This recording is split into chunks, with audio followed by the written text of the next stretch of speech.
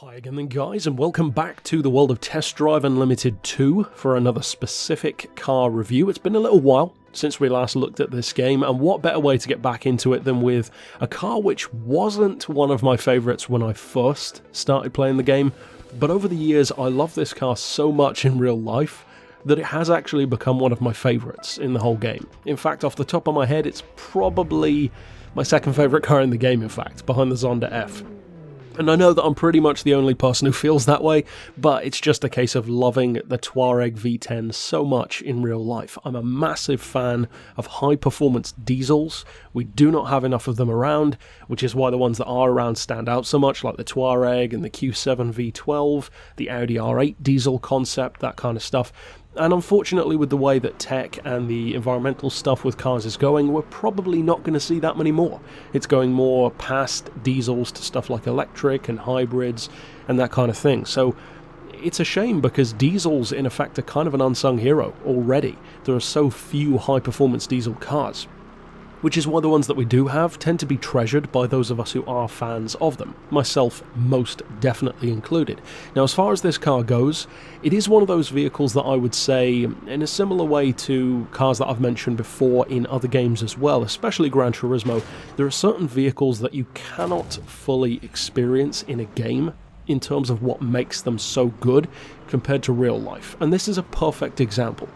In a game with on-paper numbers, the Touareg is not all that impressive, because it's in a world of supercars, hypercars, track day specials, ridiculous exotic SUVs like the Spiker and the Audi V12, but that's not where the car shines. The car shines in real life. And that's one of the reasons why I love it so much. I'm a sucker for practical performance cars, and it doesn't get much better than a Touareg. They're dirt cheap to buy secondhand. You've got this gorgeous engine, a 4.9 litre, often referred to as a 5 litre, technically incorrectly, a twin-turbo diesel V10. In terms of spec, especially for the time, it was a lot more impressive than it seems now. 313 horsepower and a far more impressive 553 pound-feet of torque. And of course, in a vehicle that is big 5-door, 5-seater, all-wheel drive, 2.6 tonne SUV, mind you, well over £5,000, well over. The horsepower per tonne suffers, of course. 120 doesn't exactly sound that impressive, but that's another thing. Horsepower per tonne is all well and good, but in the real world, there are definitely certain cars that it doesn't really apply to all that much. For instance, if you look at the power-to-weight ratio of a Touareg V10, a Q7 V12, even something like a Tesla Model S, it doesn't seem that impressive on paper because they're so heavy, and yet they are very fast cars. So power to weight is more adept at stuff like track day specials, sports cars, even some hot hatches, but once you get into really big heavy territory, it arguably doesn't mean as much. And I'm not just saying that because it's the Touareg.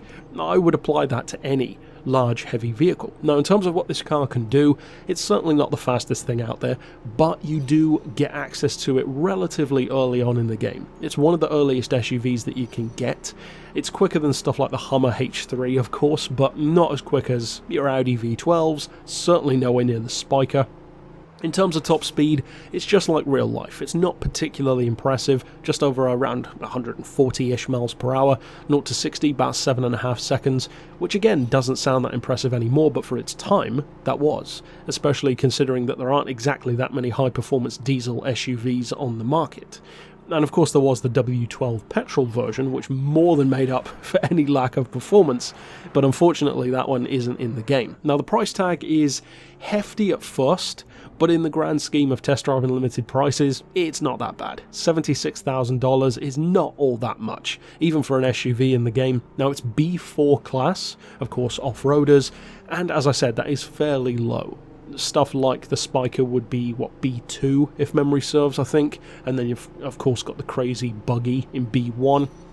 So it's nowhere near that level, but at the same time, you can get a ton of use out of the Touareg. It's one of those cars that you use a lot in the earlier SUV events. You've got other options too, of course, but the Touareg is it's a good shoe-in.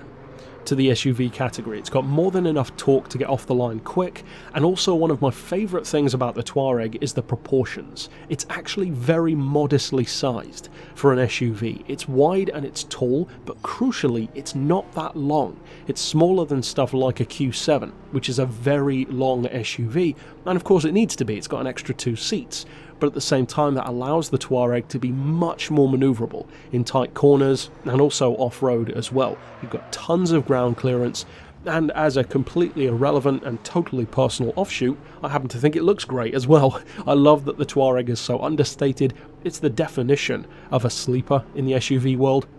And it's actually one of the very few SUVs ever that people actually think is pretty good looking. Most of them are known for being kind of garish, whereas the Touareg is exactly what you'd expect from a Volkswagen.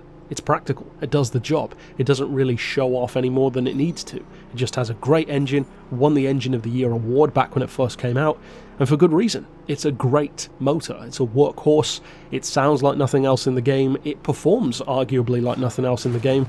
Not that it's better than everything else of course, but certainly unique. I love the fact that this car is in Test Drive Unlimited, because there are very few games that actually show the Touareg this kind of love. It's in some Forza games, but even then, that's the R50 model, which is quicker, but I don't like it quite as much because it's a little bit showy.